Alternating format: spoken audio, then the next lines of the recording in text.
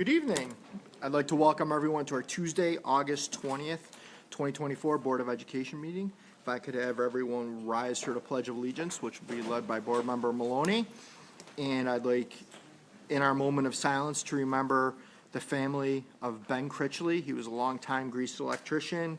He's the father of Brett Critchley and the father of Ginger Critchley, who worked in the district for a long time, and Brett's still employed with the district.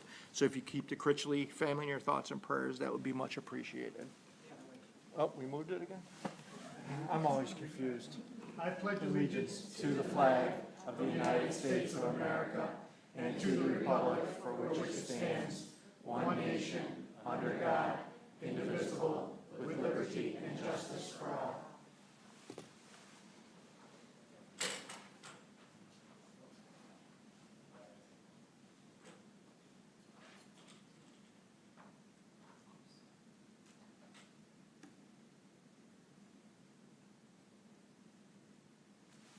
Thank you.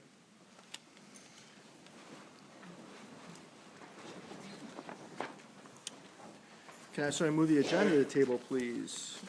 Moved by Mr. Butler, second by Mr. Stetzel. Is there any additions, deletions to the agenda? Seeing none, all is in favor of the agenda? That passes 9-0. We have two public hearings tonight. I'm going to open the first public hearing, which is going to be for the code of, sorry, I skipped my, see, I'm jumping ahead. I told her I was going to put her at the end, make her sit through the whole meeting. First of all, I want to do a Board of Education recognition. I should make you stand like Gina makes everybody stand. She does. Good evening. We have invited our dear friend Joanne Antonacci here this evening to recognize her for her significant contributions to the Greece Central School District and our region. Joanne is retiring after working for 47 years and has served as a district superintendent for over 14 years. Brockport, Churchville-Chili, Gates-Chili, Greece, Hilton, Kendall, Holly, Spenceport, and Wheatland-Chili have all benefited greatly from your passion and commitment to students. During your time, you have tirelessly supported special education programming for students from all these districts, as well as the development of key CTE programs to help our students explore career and work options. Furthermore, you have led the development of countless opportunities for professional learning that have improved our teaching and learning. We couldn't let you retire without letting you know that you have left a lasting imprint on our district, and we wanted to show our deep appreciation and gratitude. And on a personal note, you've been my rock for 14 years. As superintendent, you've helped me through a lot, and I appreciate everything you've done for me and for the Greece Central School District and all the help you've given us. You'll be truly missed, and I don't think anybody can fill your shoes. Thank you, Joanne. Can I say something, please? Wait, hold on. Kathy's got. So on top of all of that, and I think that was really important to note in terms of your years of service, I don't know anybody who's dedicated 47 years to education. I mean, that is significant. But I also wanted to add on a few personal things from my perspective. So I was hired here in this district almost 10 years ago as superintendent. And the board at the time matched me with you to serve as a mentor and coach. And that was formal at the beginning. But what has happened out of that is a lasting relationship and friendship, and somebody who mentors and coaches me on a regular basis. And I think that's really important, no matter where you sit in leadership and work in education, that you have really strong people to connect with and rely on, and you've been able to do that, not only for me, but for our component districts. You've created a family. So when I come to the table for our monthly meetings, there's 10 of us or 11 of us around the table, and you've created a safe space where people can be vulnerable, where people can share and ask questions and make sure that we're doing right by kids and families in our districts. And that is something that I don't think happens in most places, and I don't think that there's too many people capable of creating that. We have fondly called you Mom. And I say that because of the family component and because of how you care for us and have such compassion and kindness and love. So I just want to personally say thank you because, You've been so instrumental to me and my development as well, so thank you. Do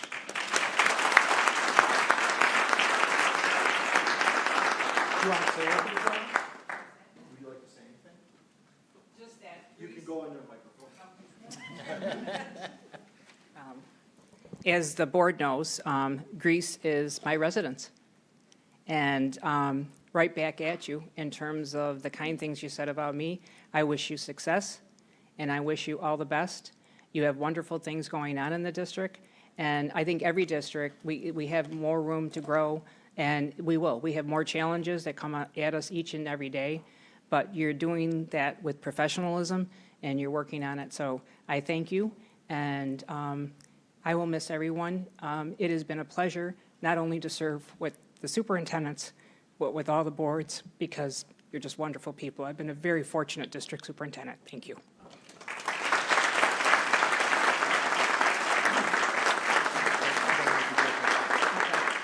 I'm going to have the board and the cabinet all come up front, and we're going to do a big family picture.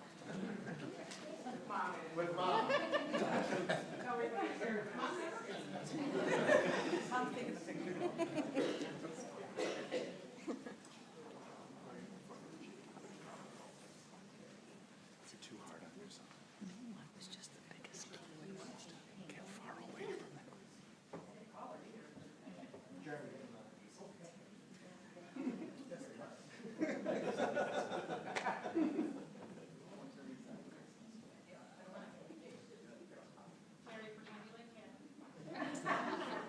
I'm sad she's leaving.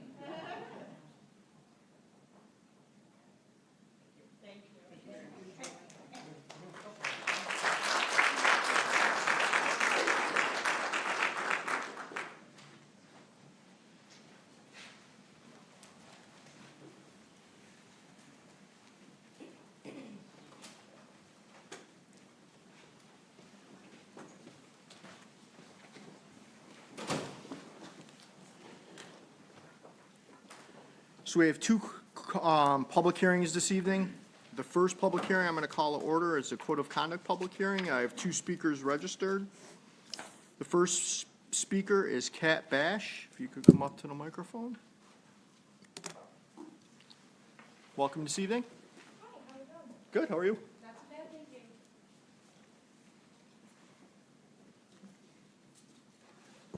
you. Test. Oh, cool. All right. Hey, guys, how we doing tonight? All right.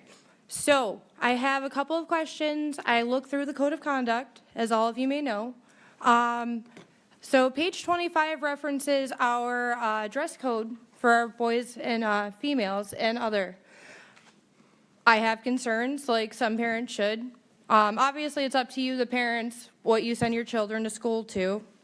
But what are you going to do when they have jobs as adults? Jobs that require uniforms, PPE, office casual from suits and stockings. My genuine concern on that as well is bullying. You guys know you have a bullying problem. You think kids aren't going to be jerks to kids wearing halter tops and spaghetti straps? It's a problem. It will create problems, and that scares me. Page 44, Appendix B. It cites all the codes for the Infinite Campus, as you all are aware. The Infinite Campus cites anything wrong from a level 1 to a level 2 referral, correct? I had a question I noticed, and I just want clarity on this. So, am I allowed feedback? Is that a thing? No. You just make comments on it. Okay. It mentions out of school, and it's a very specific piece of it. Page 44, Appendix B is my reference. It mentions outside of school activities, outside of the campus. So not on school property, not on school time, not a school activity like a field trip. You guys can cite them for that. I'm not sure I understand what that means. Is it like a fight that gets taken back into the school? Is this something that happens separately? And my last question, this is a hearing. We have, this time to speak and ask the questions. I noticed there was a motion from Ms. Krautman that said it was approved. Is that just a notion that you have to print out at the end, whether it's yes or no? I'm not sure. Just some clarity. That's all. Thanks, guys. Thanks for your time tonight. To answer your one question, there is a resolution at the end of the board meeting for the board to vote on the code of conduct and ask questions at that time. So that's what will happen. You're welcome.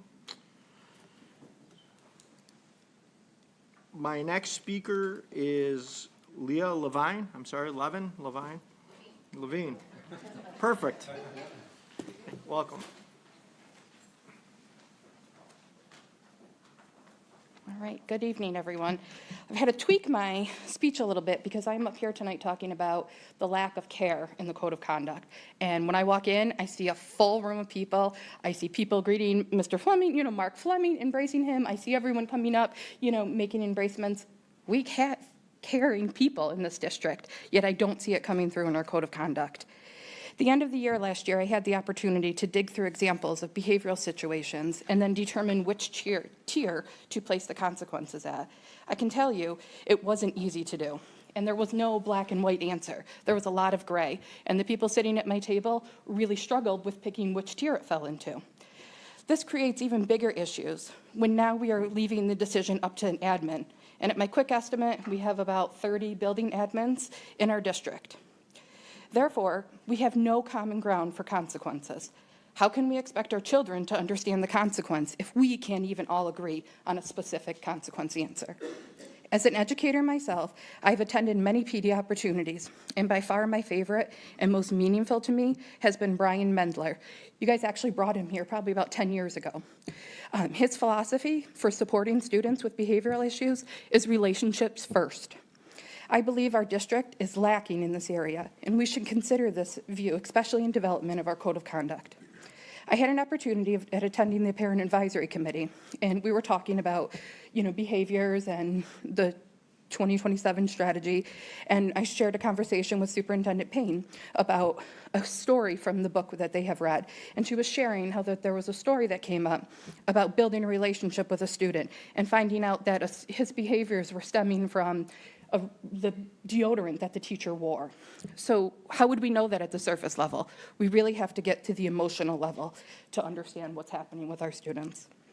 I've said this before and I'll say it again. No child is bad. They can make bad choices, but they need someone to show them that they care. This code of conduct lacks the caring. All it gives them is surface level support.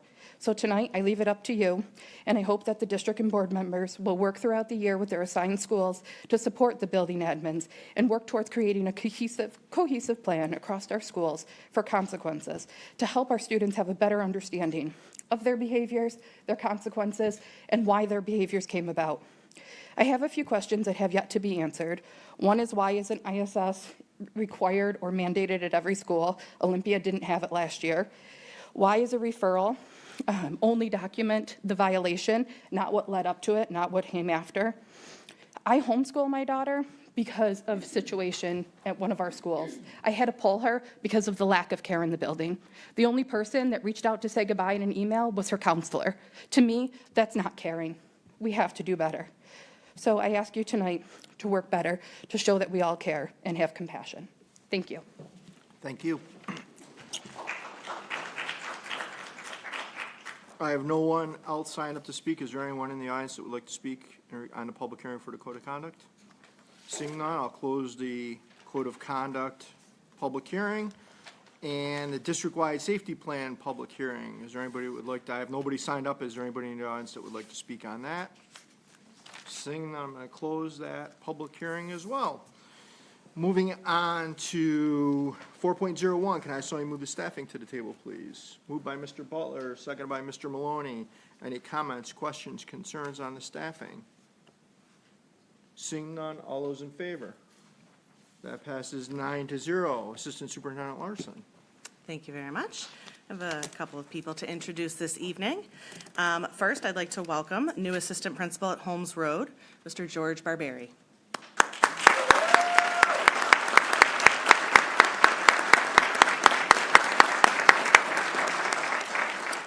George Barberi is excited to start his 10th year in education as an assistant principal in Greece. Since starting his professional career as a third-grade teacher, George has demonstrated a passion to address academic inequity through culturally responsive instruction, restorative practices, and family engagement. Now as a school leader, he is motivated to build capacity within school staff, systems, and structures to support students and families, something that complements GCSD's mission and strategic plan. George holds a bachelor's degree in music and a master's degree in early childhood education from the University of Rochester.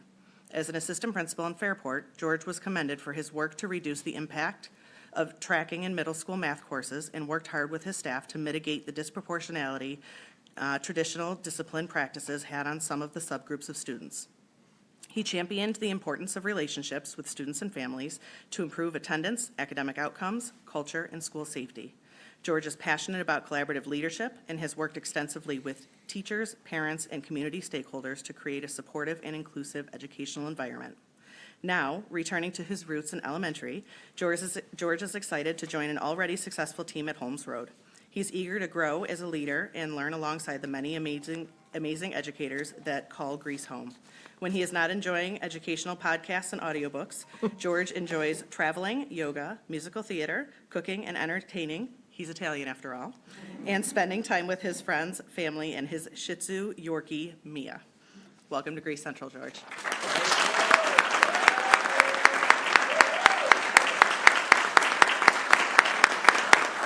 You're not going to get away with that easy. Doesn't happen.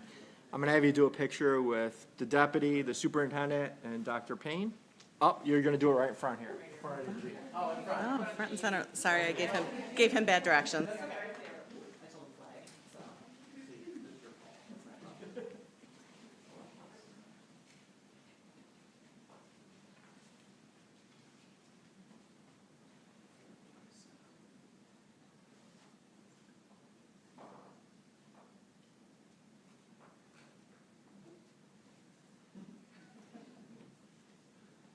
George, is there anybody else in the audience you'd like to get a picture with?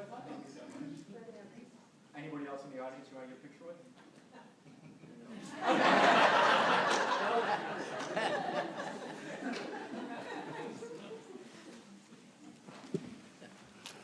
All right.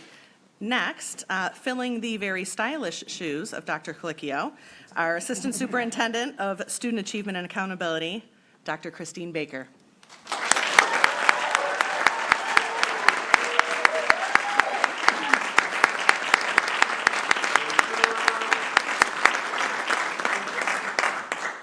Dr. Christine Baker began her career in Greece 12 years ago as a district counselor, where she served for 3 years before accepting her first administrative position as an assistant principal at Long Ridge Elementary. Since then, she transitioned to serve as an assistant principal at Phoenix Academy, assistant director of pupil personnel services, and most recently as director of student services and school improvement before transitioning to this position of assistant superintendent.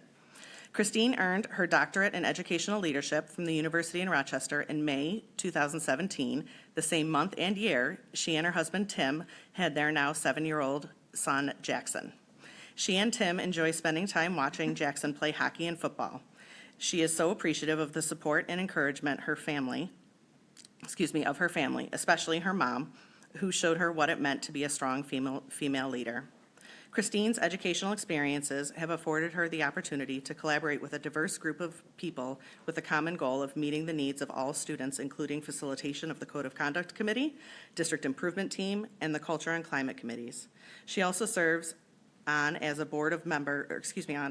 board member for the Brockport Counseling Programs, is on the leadership team for Social Emotional Learning for New York, and serves as a board member for the Rochester Region, New York State Association for Women in Administration. She is grateful for this new opportunity and continues to be a part of the committed, supportive Greece community. Congratulations, Christine.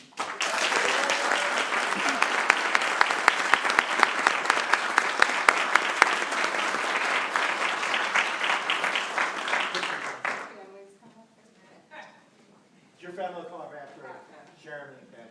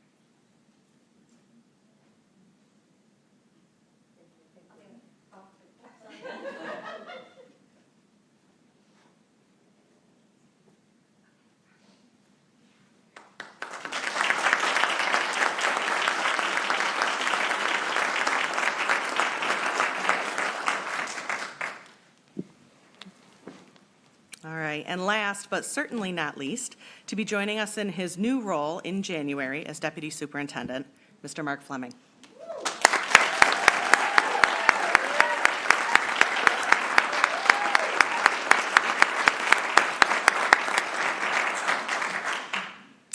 Mark began his career with Greece Central as a student teacher at Apollo Middle School in February of 2000, quickly becoming a substitute teacher and advancing over the years to a social studies teacher at Athena High School, teacher on special assignment, assistant principal and principal at Olympia, principal on special assignment, and most recently, the director of school improvement. Mark's favorite part of his job is collaborating with students, parents, staff, and community members in order to build upon the proud legacy of the Greece Central School District.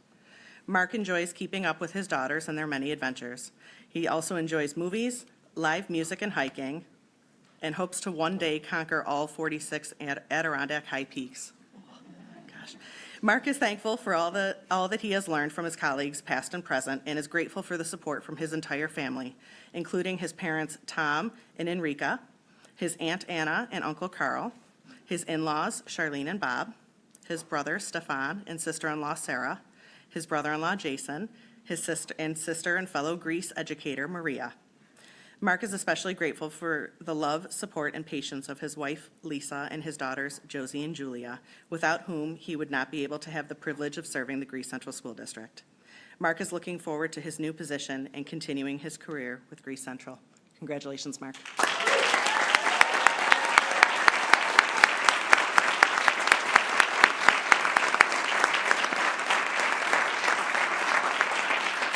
Everybody on cabinet, you two Baker, and now we'll do family pictures.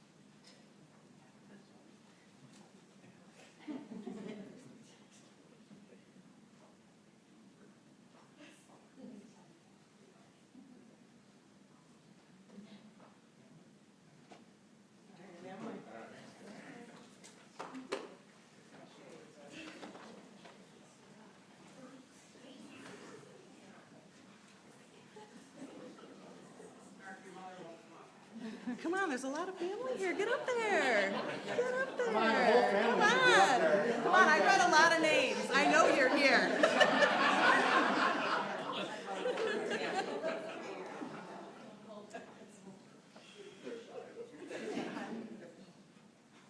He talked about his big family gatherings in his interview. You all have to come on.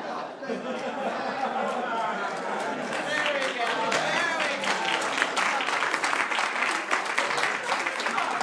There we go. Christmas card. There you go. You're welcome.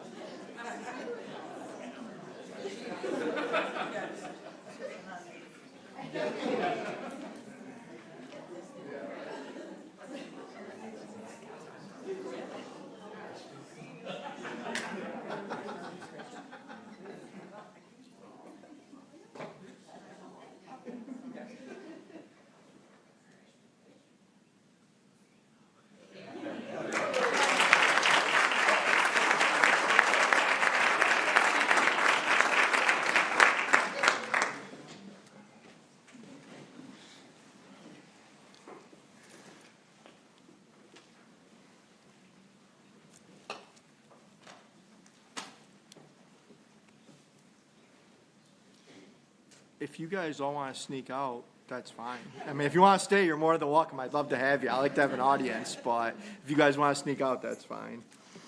All right, moving on to 4.02, GTMOA is additional FTEs. Can I somebody move that to the table, please? Moved by Mr. Stetzel, seconded by Ms. Millar. Any comments, questions, concerns on that? Seeing none, all's in favor? That passes 9-0. Moving on to 4.03, Teamster MOA ESY pay. Can I somebody move that to the table, please? Moved by Mr. Maloney, seconded by Ms. Farmer. Any comments, questions, concerns on that? Seeing none, all's in favor? That passes 9-0. Moving on to 4.04, Gus MOA ESY pay. Can Can I have somebody move that to the table, please? Moved by Mr. Maloney, second by Mr. Butler. Any comments, questions, concerns on that? Seeing none, all is in favor. That passes 9-0. Moving on to item 6.01, leadership updates. Superintendent Groutman. Yeah, so Mr. Fleming isn't going to get to go home right this second. So I'm going to ask Jeremy Smelling and Mark Fleming to come on up. Just for a little context, the title of this presentation is just leadership update. And I think the point that I wanted to make is we've talked recently about our Leadership Academy and really what a wonderful week that was and how successful it was. But I think in general, the bigger point that is important to make is that leadership matters, and that everything that we do and have planned and worked on through the summer months, particularly highlighting in Leadership Academy, is really part of a bigger plan and map that we use throughout the year to help with professional development and professional learning among our leaders. So how do we do that? So I'm going to turn it over to Jeremy and Mark to share with us leadership update, which anchors a bit into some of the stuff that we've heard, but also expands on that. So thank you so much for the prep and for being here. Well, good evening, and Kathy just took my introduction that I was going to say, so I could just probably go on to the next slide. No, as Kathy mentioned, I think it was spring of last year, Mark and I had the opportunity to come up and share with all of you the work that took place within our leadership development throughout the year. Our hope tonight is that we can build on that to give you a deeper understanding of where we're going as we go into this new school year. So our focus is really building the capacity of our leaders to create high-functioning teams, and our goal with high-functioning teams is that it's going to cultivate a culture of professional learning, of collaboration, open communication, self-reflection, and feedback. So we're building on our work of the previous year where we talked about professional learning communities and going deeper into the area of high-functioning teams that you would see in buildings. You see that in committees across the district. What we wanted to do, in addition to that, what you see here is what we call our compelling why. So when we're talking about high-functioning teams and what that work is going to look like, we need to be very clear on what does a high-functioning team do? What do you mean by high-functioning team? So when we say by us focusing on high-functioning teams, what we're really saying is we are committing to prioritizing open communication. We are committing to mutual respect, committing to what we call psychological safety, where people are comfortable to take risks and not have fear of repercussions or being kind of pushed out. And also, in addition to this, continuous professional learning, knowing as adults, we have to continue to learn if we're going to do what's right for our students. So when we say high-functioning teams, that's specifically what we're talking about. And our hope is by focusing on high-functioning teams, that ultimately what we're going to do, it's going to build a strong sense of belonging where every team member feels valued, heard, and inspired to contribute your best. When we shared this ad, and Mark's going to talk about summer leadership, but we wanted to be clear, not only with our building leaders, but with the teachers that were in the room for those 4 days where we spoke about this and learned about this. Ultimately, this is what we're working towards. This is our goal, to come to a place where everybody feels heard, feels valued, and that they're going to do their best for the achievement of students. So what I'd like to do now is I'm going to have Mark come up, and he's going to kind of reground us in what professional learning communities are, and then talk about what this work's going to look like for the rest of this year with our leadership team. And when I say leadership team, what we were clear with at summer leadership is that leaders are just not by titles. That our teachers that were in that room, service providers, everybody in that room, they're leaders. A title doesn't define that leader. So what we're building as we go forward and building what Mark's going to explain, a guiding coalition, helping our people in the building understand that leadership doesn't come through a title. It comes from doing this work. And Mark's going to expand on that now. Thank you, Jeremy, and good evening, everyone. So as Jeremy mentioned, that ideal state of a high-functioning team is really what Rick Dufour calls a professional learning community, or as we refer to it, a PLC. And Dufour defines a PLC as an ongoing process in which educators are working collaboratively in recurring cycles of collective inquiry and action research to achieve better results for the students they serve. kind of a heady definition here. If we break that down a little bit, consider, for instance, a team of teachers that all teach Global History 10, okay? They form a PLC. That group of teachers is going to get together.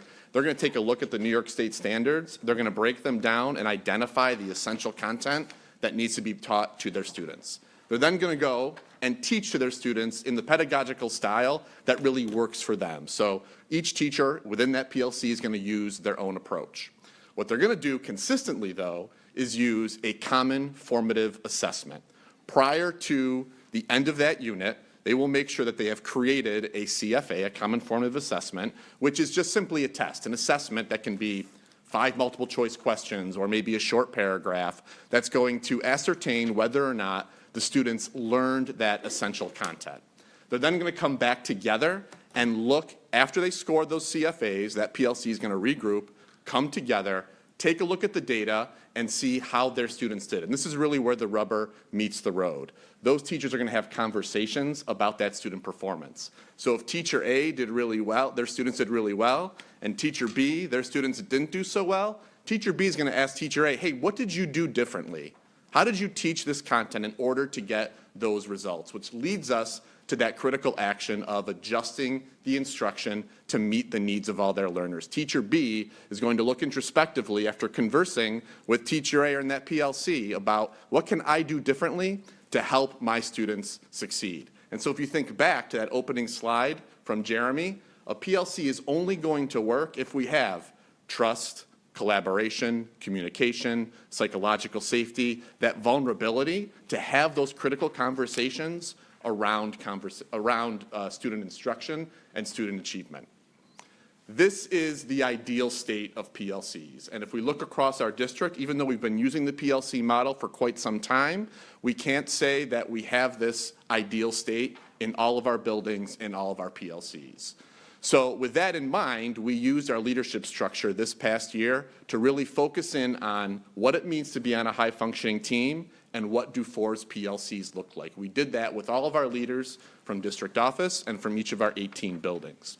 We then spent the second half of the year in our leadership sessions really talking about how we could utilize our school improvement plans to leverage this work and move the needle.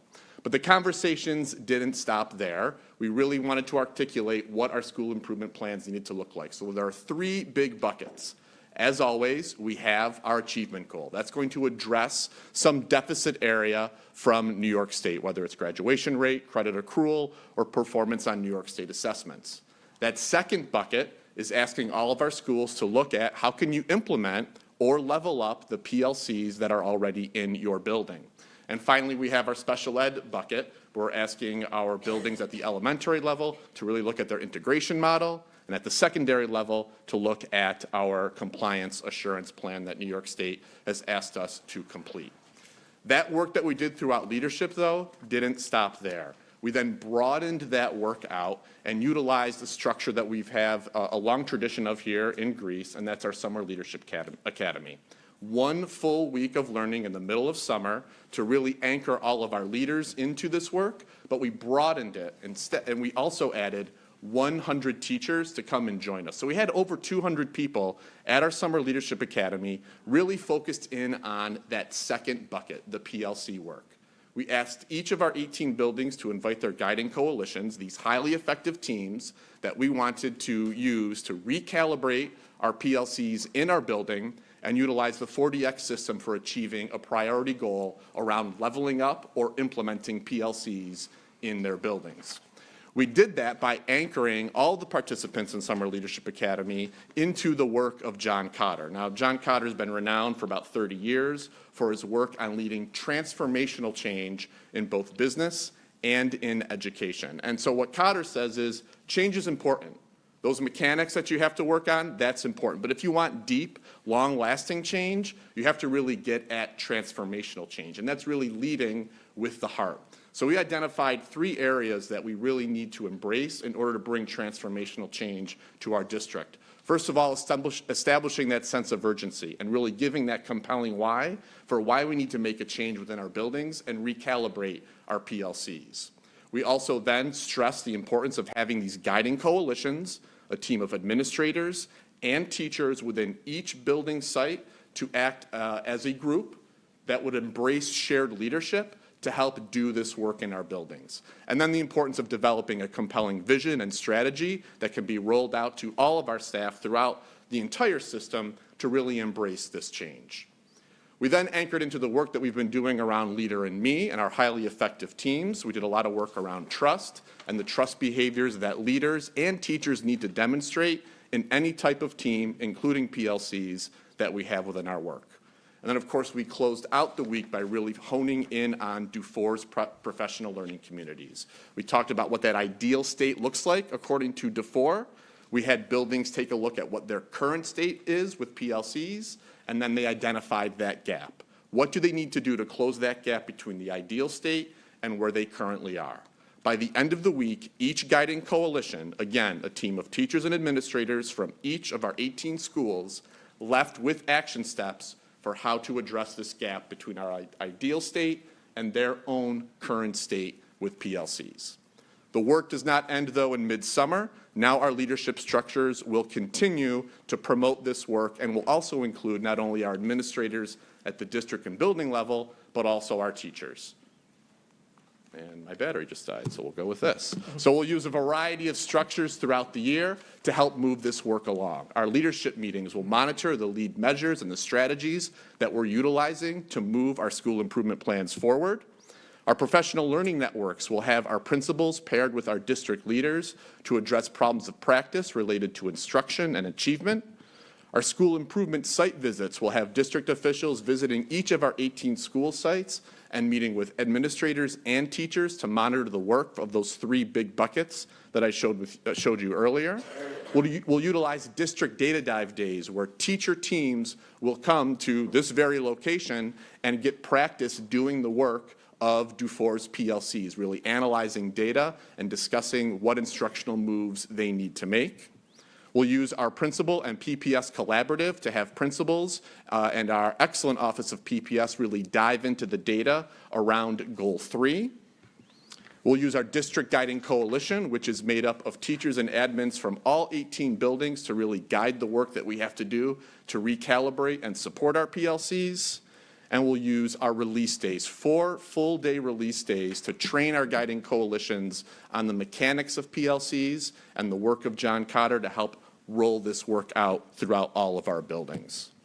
So really, it's trying to connect the notions of above the green line and below the green line. I know as a board we've done some work around that this year. Of course, focusing on the mechanics, what it really means to be a DuFour PLC, but just as importantly, focusing on those moves below the green line, fostering trust, collaboration, communication, psychological safety, and that sense of vulnerability so teams can really do the work that DuFour promotes in order to move academic instruction forward. Any questions? Questions? Ms. Farmer? Wow, that was awesome. I just have a couple questions, sorry.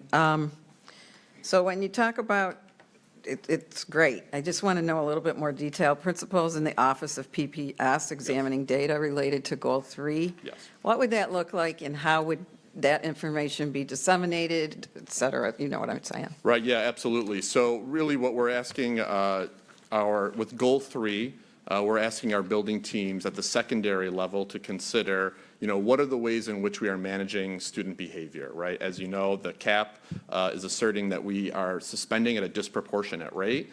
And so we have to find a variety of different tools, both to help shape behavior, but also to offer consequences that are going to allow students to, maintain instruction while still making sure that we're upholding the code of conduct. Mm-hmm. So we have a variety of data that we can pull from Infinite Campus and from some of our other systems relative to what's the student behavior that is going on, where is it occurring, when is it occurring, what are the strategies that we're using to shape that behavior, and what are some of the ways that we're assigning consequences to make sure that we're following the CAP, but still making sure that we're having students adhere to the code of conduct. Okay. Can I add to that? In addition to the data that he just spoke about, a lot of the data that we'll have to look at, and maybe it's not considered data, but is systems and processes within the buildings that need to, where they might need support. Because there's in addition to the data, you got to have the right system so that this information, this work's happening in the appropriate time for students, and that the systems and communications getting out appropriately to the right people. So there's the data, but there's also the systems and procedures, which is going to be a big part of the work as well. And for the elementary, for Goal 3, which is different than the commitment, Goal 3 was special education. That's actually looking at integration, how we're integrating some of our special education students into the general, giving them those opportunities for inclusion. Again? So would this then, I'm sorry, go ahead. No, finish up. All right, so would this include possibly the restorative justice work that we're getting the TOSAs in the different schools? Okay. Yeah, this is an opportunity, so to lay out exactly what they will look like. So we want to be responsive to the needs of the building. So we set up the structure, which is that professional learning network that or the collaborative, PPS, sorry. We had to ensure that the structure is there, and then our plan is to use that structure to meet the needs of buildings as they come up and invite the right people, and that's what that structure's set up for, that flexibility. Thank you, Mark and Jeremy. Ms. Lake?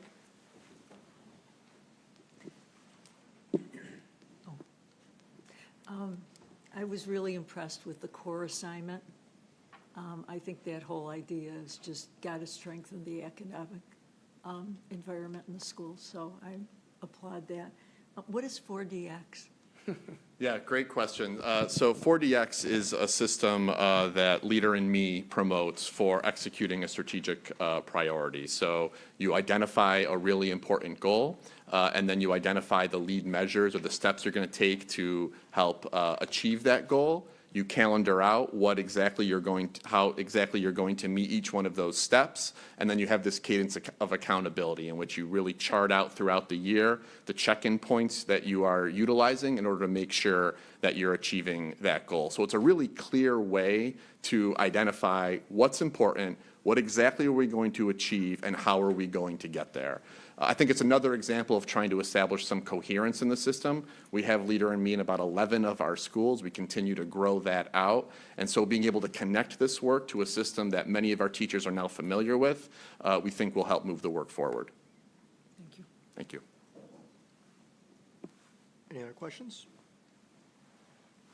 Thank you. All right, thank you.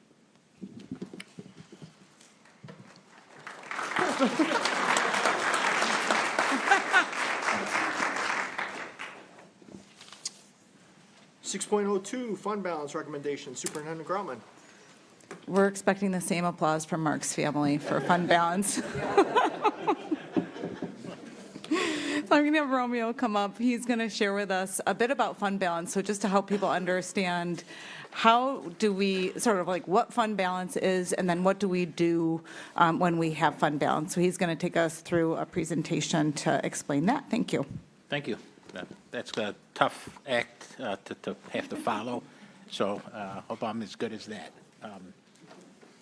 So this evening, we're going to talk a little bit, as Superintendent Groutman mentioned, a little bit about fund balance and our reserve recommendations. Normally, this is done to close out the 23-24 school year. We've been working on closing the books on it. One apology I want to make is I believe the presentation still has draft on it when we prepared this for the board. This was Thursday of last week. We're still closing out the books with the hopes that we'd be done by today in order to make it final. Well, we're still not done, but we're confident in the recommendations and the up-tos we have in here are still applicable, but the presentation still says draft on it. But I think it probably will be final, but we won't know for another couple days moving forward. So fund balance is generated in a couple different ways. It's when we get more revenues in than we budgeted for, or we spend less than what we budgeted for. We've got revenue fund balance and expenditure fund balance.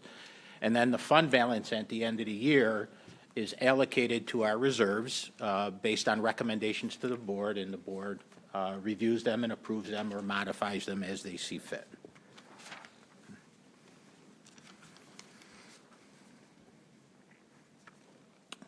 The Office of the State Comptroller expects that districts share their fund balance recommendations in an annual report with the boards on an annual basis. Take the board review periodically what fund balances are, and then ask administration to come up with a plan, which is on how we're going to utilize that going forward, and we'll be working on that this year. At the end of the calendar year, we will provide the board with a fund balance analysis report and a fund balance reserve plan that we should have drafted by that point in time. And again, that will come to the board in January and also be shared with the public on what we're planning to do with these funds over the next 3 to 5 years. The annual report that the board has this evening reflects our financial operations. It's only the board that has authority to allocate district reserves, and we're looking to have the board approve the recommendations that we've laid out for this evening later on during the meeting. So there are various categories of fund balance. I won't go into much detail on, but I do want to make people understand it's not one set of funds. There are different types of funds that the district has to be cognizant about. There's a term called unassigned fund balance. Typically, that money is put away to help offset any unexpected expenditures that may be out there, i.e. roof blows off one of the schools and we have to come up with the money to make that repair quickly. We would go to our unassigned fund balance.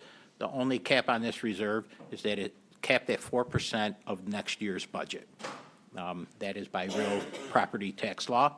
Our recommendation for the 23-24 school year is to deposit about $1.6 million in this reserve, and that will take us to the 4% cap and meet the compliance requirement there. Assigned fund balance are typically funds earmarked out of the 23-24 school year operating budget to be used towards the levy for the following school year. Okay, and what you see here is a 6 or 7 year history of where we've been. In past years, we were appropriating approximately six to 6.5 million. 21-22, we were able to get that down to 4.3 million. And then with our increase in foundation aid over the last 3 years, one of the first actions we took was to take the appropriated fund balance down to 0. And we've been able to maintain that for the 24-25 year as well.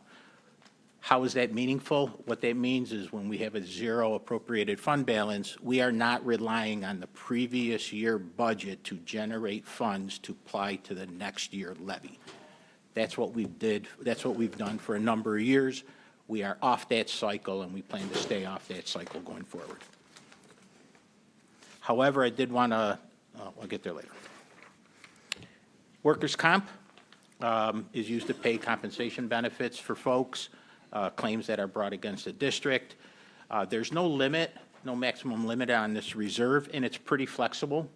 So you'll see some wording beneath that provides us flexibility that over the next year or two, we will come back to the board and ask for some changes and transfers, amongst the reserves. But at this point, we're recommending that we deposit up to $8.5 million into that reserve.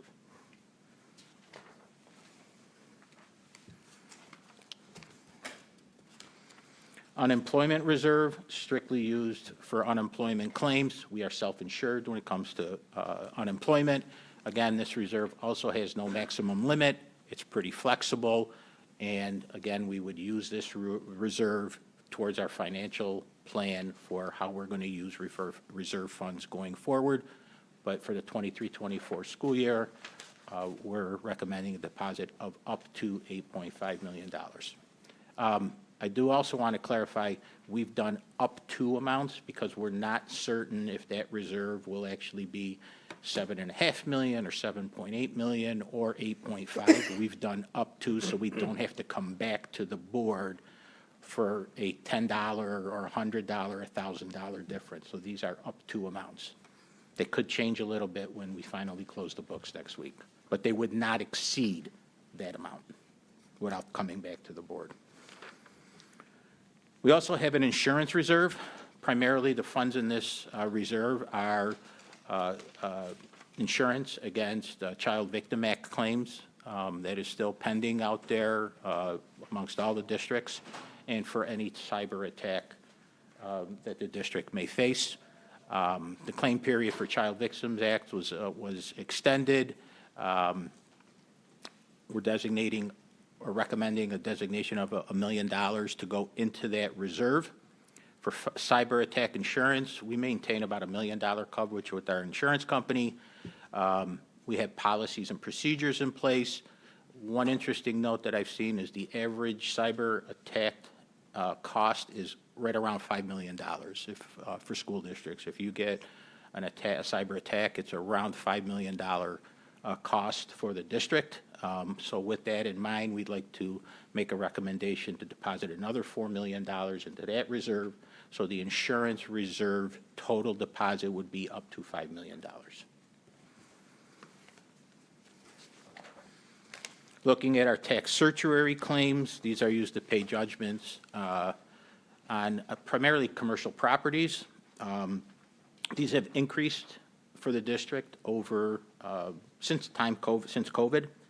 Many commercial properties currently in Greece are claiming that they are overvalued, and therefore they file a tax certiorari claim. They may have a building that is worth $2 million. We taxed them at $2 million back in 17, 18, 18, 19, 21, 22. COVID comes around. Now they say my building's not worth $2 million. It's only worth $200,000. They go to court. It's negotiated with attorneys. We get a settlement, but we are on the hook for any potential refund that we may need to give them. We track that on a methodology basis every year. We have a methodology that's worked for about 20 years.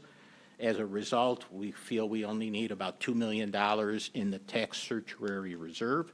There's approximately $3.1 million in there right now, so we're recommending a decrease of $1.3 million in the tax certiorari reserve as of June 30th.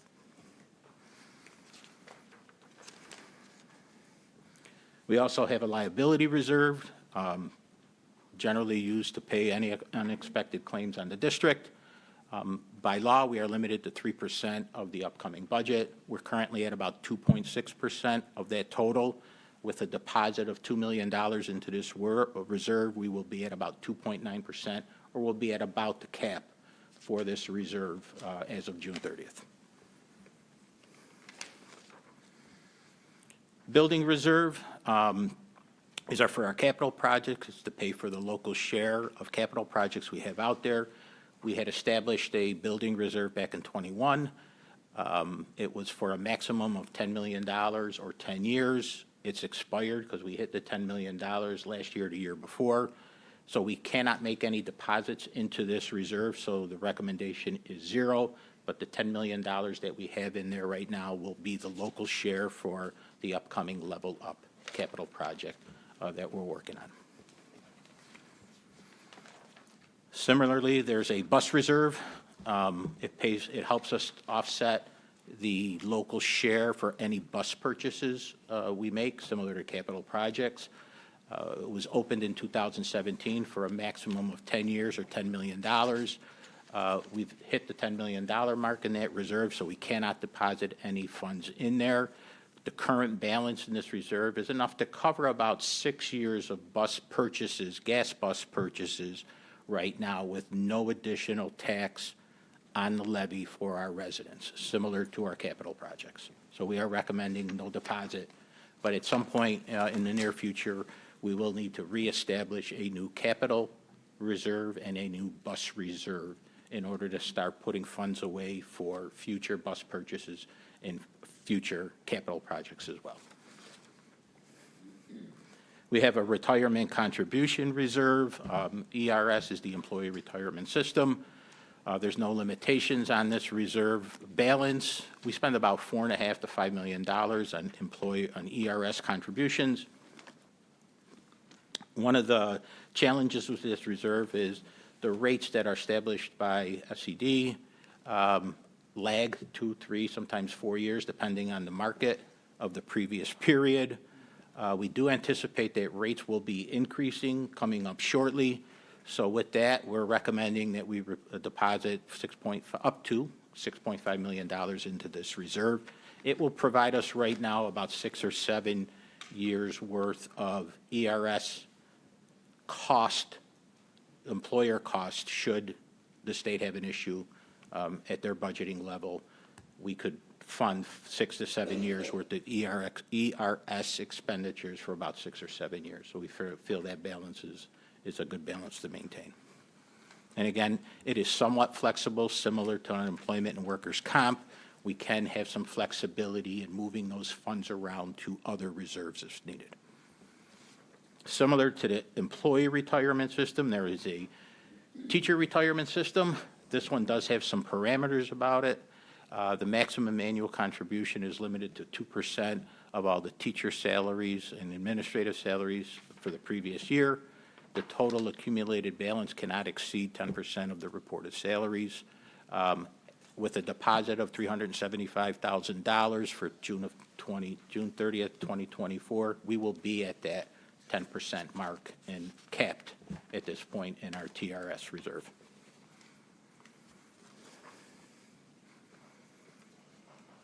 In total, you can see here balances before June 30th, 24, as they sort of sat up through June 30th. The maximum up-tos are in the middle column, and the last column, actually the heading there should be at June 30th, 2024. Apologize for that. That would be the ending balances as of June 30th, 2024. And then our plan would be to use these funds, primarily not the unappropriated unassigned balance, the $12.3 million. We can take that out. The $2 million we would not put in our reserve plan as well, because that $2 million will be used specifically this year to do playgrounds and learning environments at our schools. But the contributions or the balances above would be used to put the plan together to share with the board and the public with how are we going to use those funds to maintain our budget and keep all our staff and continue to provide services and supports for our students.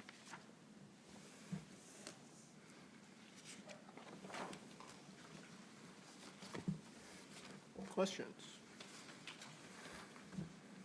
Mr. Stutzel?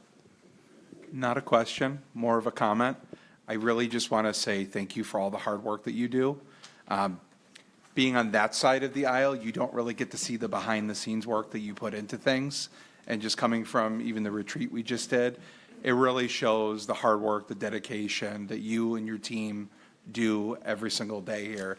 And I didn't have a real good appreciation of it until recently. So I just want to give you a huge kudos to you and your team. Thank you. Thank you very much. I appreciate that.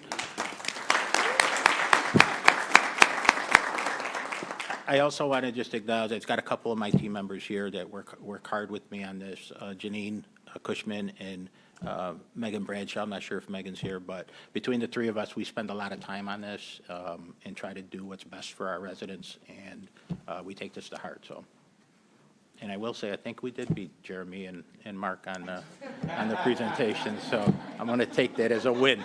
I'm going to take that as a win. Any other questions or comments? Seeing none, thank you. Thank you. Moving on, 7.01, approval of the fund balance recommendations. We just had a presentation on. Can I so move that to the table, please? Moved by Mr. Setzel, seconded by Ms. Millar. Any comments, questions, concerns on that? Seeing none, all those in favor? That passes 9-0. Moving on to 7.02, can I so move the tax certiorari settlement to the table, please? Moved by Mr. Maloney, seconded by Mr. Butler. Any comments, questions, concerns on this? Seeing none, all those in favor? Passes 9-0. 7.03, the extra classroom activities funds quarterly report. Can I have somebody move that to the table, please? Moved by Mr. Sensel, second by Ms. Farmer. Any comments, questions, concerns on that? Seeing none, all those in favor? That passes 9-0. 8.01, does anybody have any questions? It's written information only on 23-24 tax certiorari claim summary report. All right, moving on to 8.02, anticipated bids. Does anybody have any questions on that? That's written information only. Seeing none, moving along. Item 10.01, the district-wide safety plan approval. Can I have somebody move that to the table, please? Moved by Mr. Butler, seconded by Mr. Maloney. Any comments, questions, concerns on this? I just want to commend the district staff that work on this plan. It's not an easy plan with the state, and it takes a lot of time and effort to put this together, especially into the state's portal. So I want to thank the security team led by Director Vogel and his people and the cabinet who put a lot of work into this. So thank you all. With that, all those in favor? That passes 9-0. Moving on to building level safety plans. Can I so move those to the table, please? Moved by Mr. Setzel, second by Mr. Butler. Any comments, questions, concerns on this? Same comment I'm going to make is the level for these are for each of our buildings throughout the district. The plan, the incident command system, everything is laid out in these. There are very thorough plans that previous Director Chattern has worked on and new Director Vogel has put together this year. And they're an amazing document. I just want to thank them for all the work that goes into those as well, and to all the building level teams that implement these plans in the event that they need to be implemented. So thank you. With those, all those in favor? That passes 9-0. Moving on to approval of district safety-wide team members. Can I say move this to the table, please? Moved by Mr. Maloney, seconded by Mr. Butler. Any comments, questions, concerns on this? Seeing none, all those in favor? Passes 9-0. Moving on to 10.04, the code of conduct approval. Can I move this to the table, please? Moved by Mr. Butler, second by Ms. Millar. Any comments, questions, or concerns? Mr. Bonnegorio. Thank you. I have had concerns about our code of conduct for a while, and I have several questions that I'll want to ask. Page 20 of the Code of Conduct notes that differentiated responses are to be consistently applied across all groups of students with fidelity and integrity. That's good, that's essential. We have 18 schools in our district with varied circumstances and needs. How does the board know if the Code of Conduct is being applied equitably and consistently across all schools and all students? And how would the board fulfill its oversight role in evaluating whether our code of conduct is adequate or being properly applied and enforced?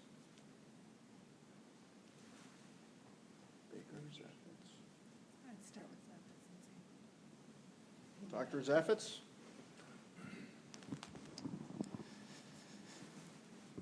Well, so just to make sure I understand the question is, how does the board know whether or not the code of conduct is being applied consistently across the schools? And then what was the other one? Whether it's effective, essentially, and it's being properly applied and enforced. Consistency and efficacy. Well,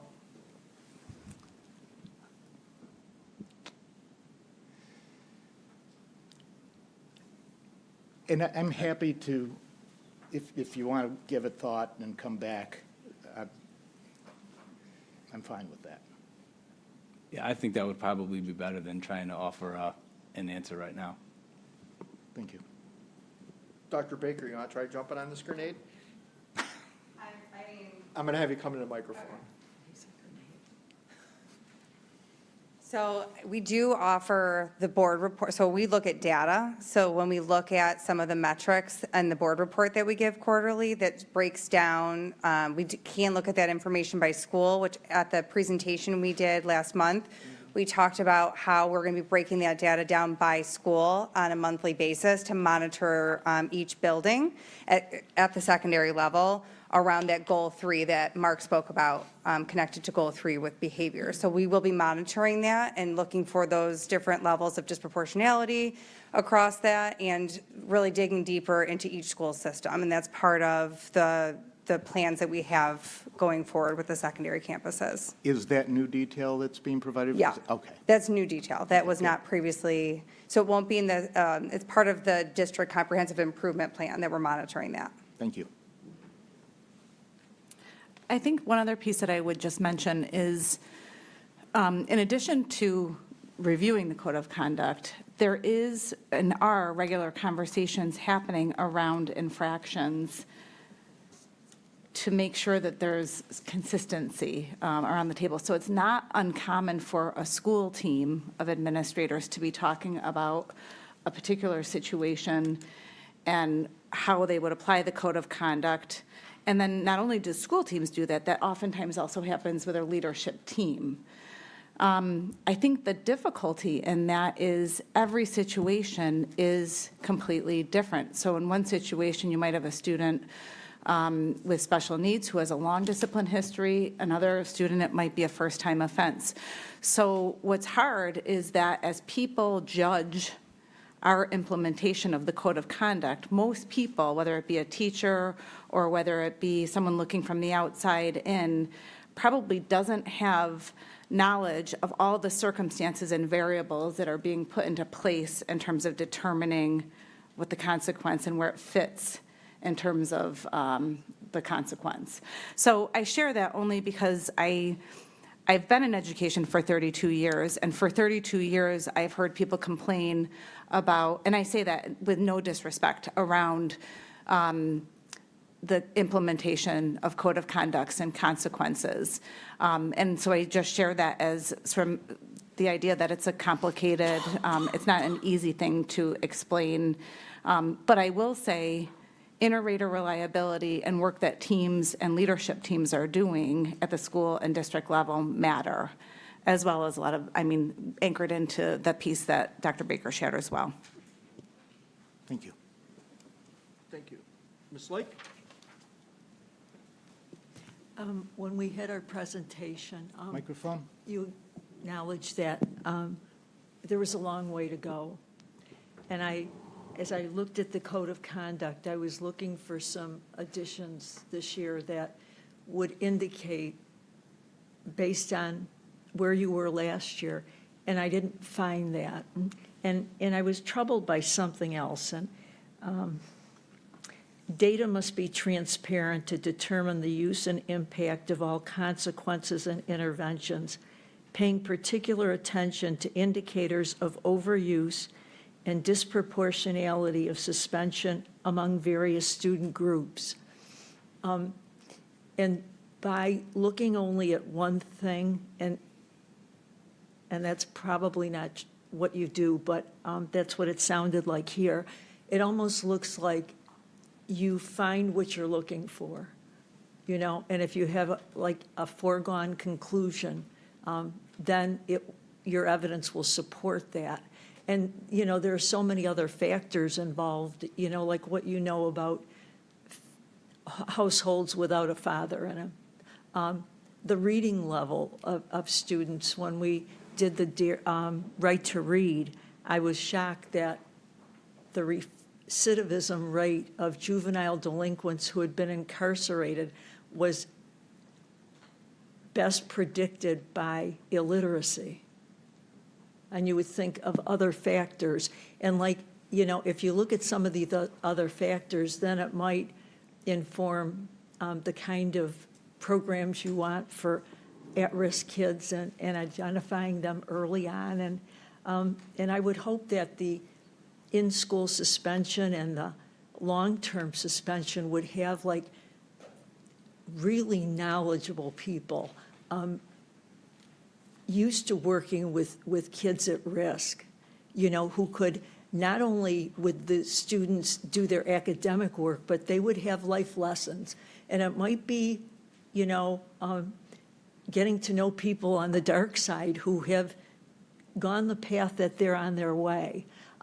So just, those kinds of things I was hoping to find here, and that might be hard to put into place what you're already doing, but. Yeah, and I'll invite Christine to add to this, but a couple of responses to that. So as far as additions and new, elements to the code of conduct implementation this year, it was alluded to that goal 3 in each school improvement plan with regards to student behaviors and recidivism. So that is actually now a formalized part of each school's plan, in addition to the district's plan that has accompanying action steps and strategies that go along with that. And some of those are looking at data. And so you mentioned trying to be broader than just looking at one data set that will kind of maybe lead you to a foregone conclusion. So the first presentation tonight alluded to the fact that we're always trying to look at multiple different sets of data. So whether that's our office disciplinary referrals and suspension data that you get in your behavior report, we also have our academic data that we look at. We have our perception data, our social emotional screener data that the students self-assess their skills. All those different data sets are taken into account when trying to support students at any different level of our multi-tiered system of support. So in our presentation back earlier this summer, we were trying to articulate that the code of conduct is laid out in kind of that MTSS, that multi-tiered system.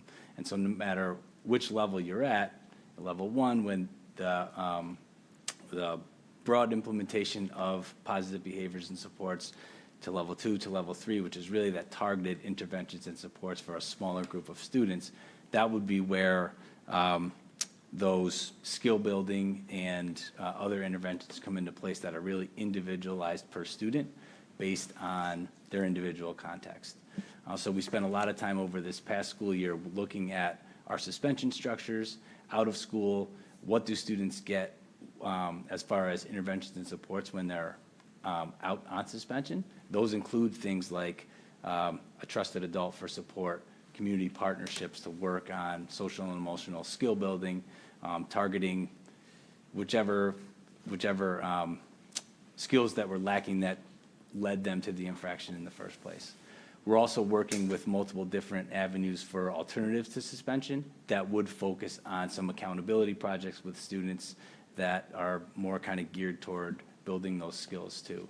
So we really do try to kind of broaden what we look at to not fall into that trap of having kind of a predetermined story that we would follow. Will you be sharing the information with us when we analyze the data that's coming in? Yeah, so we'll give quarterly reports that have the regular data that historically goes to the board, but then also I would imagine since we have this new element of our improvement planning that has specific behaviors, that we would have some of that ready to go for updates, periodic updates as well. When do the quarterly plans, when does that happen?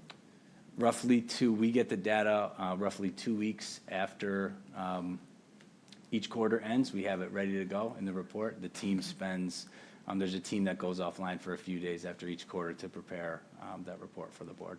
Okay, thank you. Anything to add? The only thing I would add is just that the purpose of the code of conduct is to have a guidance document that sort of outlines the rules of which conduct is happening for all stakeholders within the system. And so we didn't change much because we were coming off of a year of implementation. And we have stakeholders from each representative. So we have 3 board members that are present on that. So if there are things that you're looking to change, those are the avenues to bring up through the representatives that you have for next year to bring up from your perspective. Then we also have teachers' perspectives and student perspectives, administrators' perspectives that are all supposed to be bringing that input from each stakeholder voice. So just to keep that in mind too, depending on how we're serving. And we have a parent reps too that can sign up to join the code of conduct. So we have all of those representatives that come to meet. Thank you. Mm-hmm. Ms. Farmer? So going back to when you guys presented earlier in the summer, you talked about an organization that you were hiring, that we are hiring. Can you say a little bit more about that? Because I think it might relate to this relationship building and this caring piece that people sometimes see the code of conduct as lacking. Yeah, I'll just, if you wouldn't mind, I'd just touch broadly on the way that the code of conduct was written was actually, we spent a lot of time working as a group to really prioritize relationships in the code of conduct. So there's a section in there on our restorative philosophy and just really trying to center relationships as a priority for the district. So there's a lot of different ways that we do that in district with our district staff, and then we have, I think to your point here, our community partners that we work with. So we work with the Center for Youth, we work with a number of different agencies.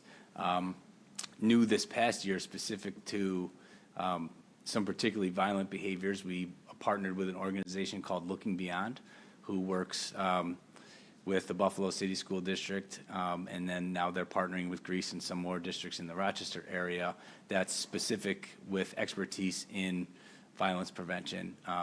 And really, that model works a lot in the community as well as in the schools. So going to households to try to meet individually with families, to try to unpack not only what's the root cause of the problem that's manifesting itself in behavior in school, but is there anything else that the family needs for support as well? So doing that with individual families and then trying to bring people together while working, out in the community to try to prevent things that manifest themselves in school.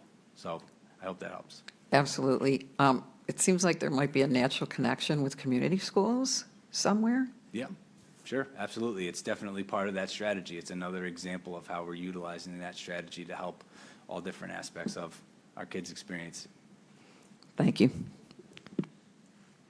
Mr. Bonagoro? Just a quick question regarding that. Is that something that you can provide a follow-up with more in-depth description, or is there an opportunity for us to just learn more about that? Particularly how, it sounds like you described some maybe mental health provisions in that, but I'm wondering about more that relational aspect and how, I think we all realize that we've got students who are in a difficult place, and we can't just shut them down and shut them out, because that does them no good and it does us no good. It just moves the problem. I'm not calling them a problem, but you know what I'm saying. So we do need to deal with those things. And I think we need to see more of these, I'll call them more creative approaches to do that. I'd love to hear more about that kind of thing. Yeah, I'll just say that I really appreciate you saying that, and we can definitely get you some examples or case studies or just kind of general descriptions of the model. Do you mind if I add one thing? Go ahead. So one thing and I think this is important, it's connected to the comments and questions. A couple of years ago now, several years ago, Christine actually and her team really led sort of a bigger audit and analysis of what exists at all tiers, at all schools. So in terms of like what's being done at the really low level, what's being done with kids who are, beginning to struggle versus like really, really high needs, repeat offenders. Which is interesting, and I'm forgetting the name because I said audit it, and I know it wasn't called an audit. It was called thank you. Resource mapping. But your question is leading me to think like the idea of helping to make that more visible for the board so that you can see with confidence that things do exist. Everything doesn't work, and we certainly, just like so many districts and communities, are struggling with violence and behavior and all of those things. But a lot of that work was really foundational in terms of coming to terms with what we have, what we don't have. Some of the reasons we had and didn't have stuff had to do with money. When I go back to the time, and I whine about this a lot, but with state funding, my first 6 years as superintendent, we cut between $3 and $9 million every year. Well, things were getting cut or not added.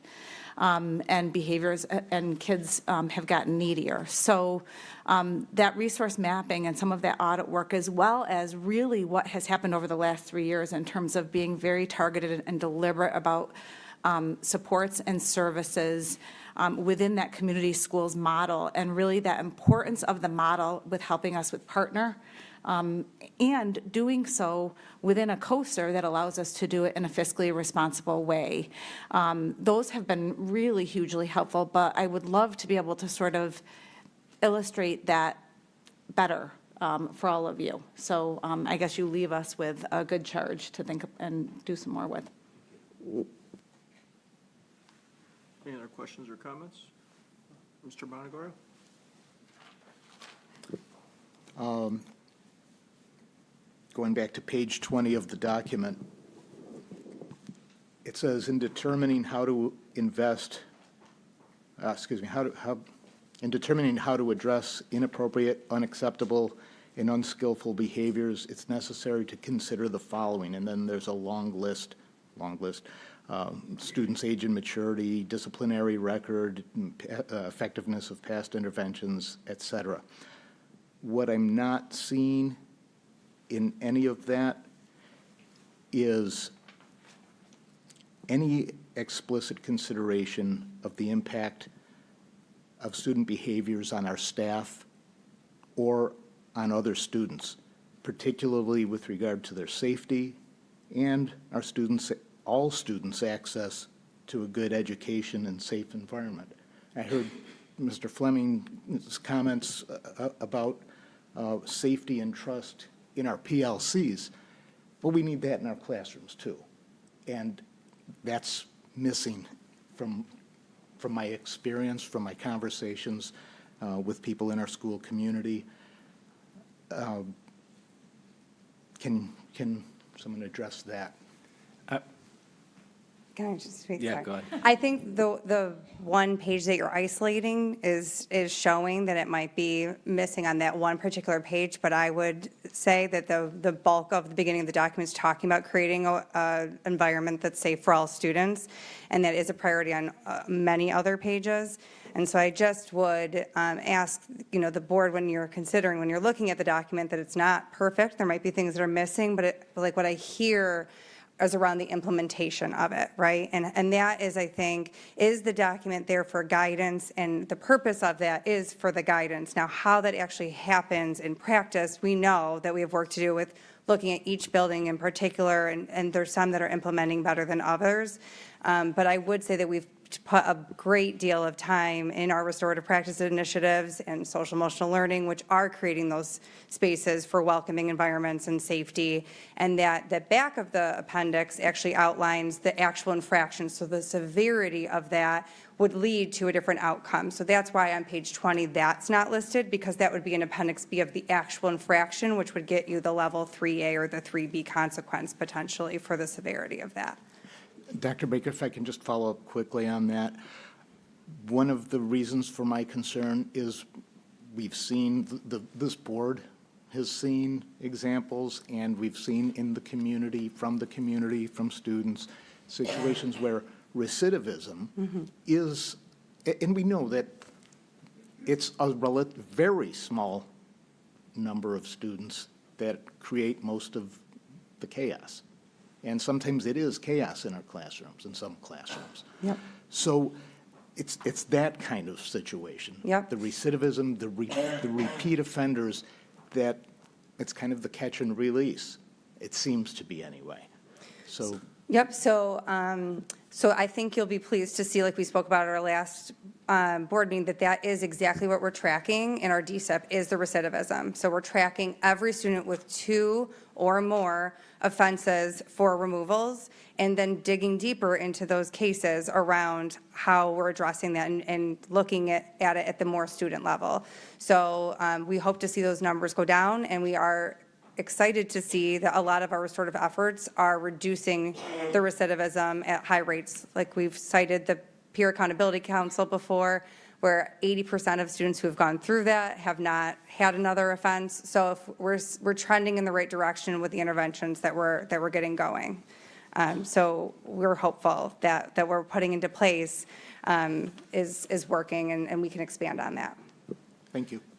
I would just add, and my comment was going to be very similar about the student rights and staff rights to come to a safe and supportive environment in school are definitely present in the document as a whole.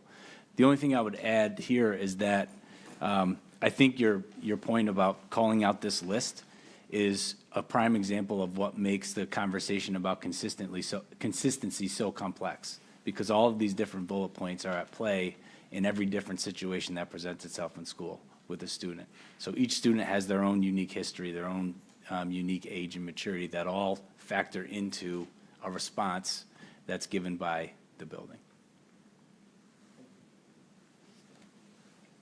Any other questions? That's it.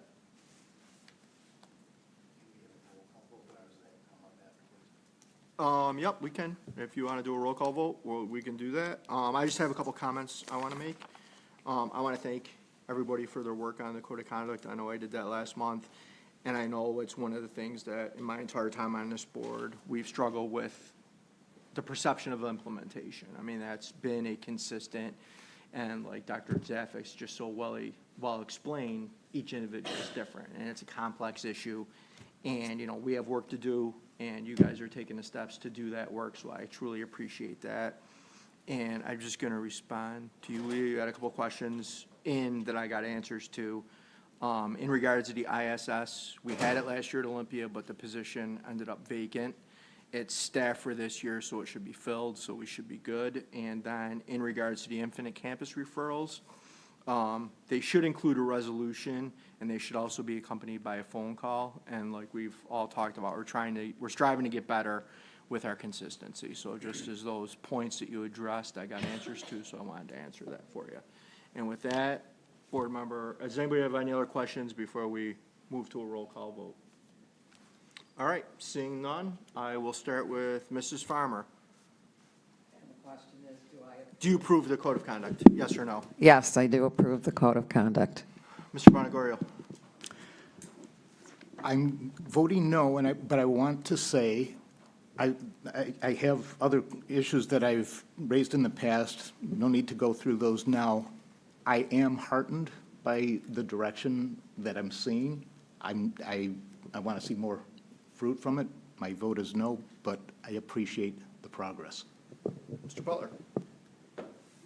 I vote yes in support of the code of conduct. Mr. Maloney? I also vote yes, but I was on the policy committee, so I had a chance to read it all before, and if I had any comments to make at that time, I would have made them. Thank you. Thanks, Mr. Maloney. Ms. Farah? I am voting no. Yes. Mr. Tetzel? Yes. Ms. Moore? Yes. And I vote yes. It passes 7-2. Thank you, everyone. And moving on, Mr. Maloney.